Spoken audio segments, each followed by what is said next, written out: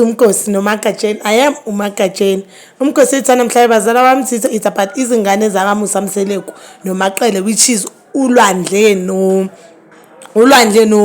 Abongwe. Guys, how can I forget Abongwe? So guys, Abongwe has been trending since season Izingane Zes'thembu siphelile for personality yakhe. Yo guys, if you've been following my content, you know what I love Abongwe. And this thing, guys, I've never noticed thing. A lot of people, they are saying abantwana bakamaqele. Sorry for saying abantwana bakamaqele aboyithu laba who was on Izingane Zes'thembu boyithu bafundisekile umoya wabo phansi and bayakwazi ukukhuluma. Guys, bengakayinotice ke lento le because ulwandle guys ambona uthulile, bengamnotisanga kakhulu Mr. Mashampompo.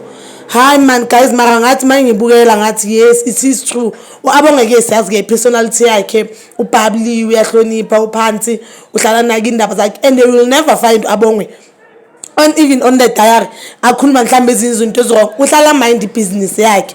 But ke as for ulwandle bengamnaka, but abantu bathe on the comment section this thing mawuloku ukhuluma bathi Abongwe nolwandle bafundisekile.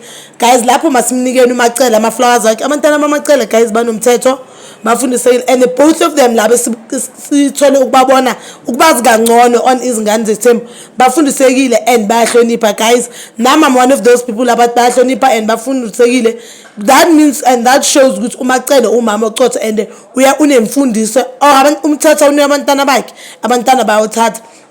Angifuni ukuthi unemfundiso because wonke umzali utrya ngawonke amandla anawo ukuthi umntana wakhe abe right, but i-decision iba emntaneni ukuthi uyawuthatha umthetho kamama wakhe or akawuthatha. But bakaMaqele it shows as if bawuthathile umthetho wabo and i-content yabo bengekho kangako. Maybe i-show it was focusing on impumelelo obhedayo because bekanesithembu ke bazala bamzitho. That is all for today. Please comment and below. Do you think now ukuthi abantwana bamaCele bafundisekile or nawe ucabanga ukuthi asikwazanga ukubabona kahle because of isikhathi Izingane Zes'thembu besisincane? But you can go ahead, comment guys, and please don't forget to like, subscribe and hit that notification button.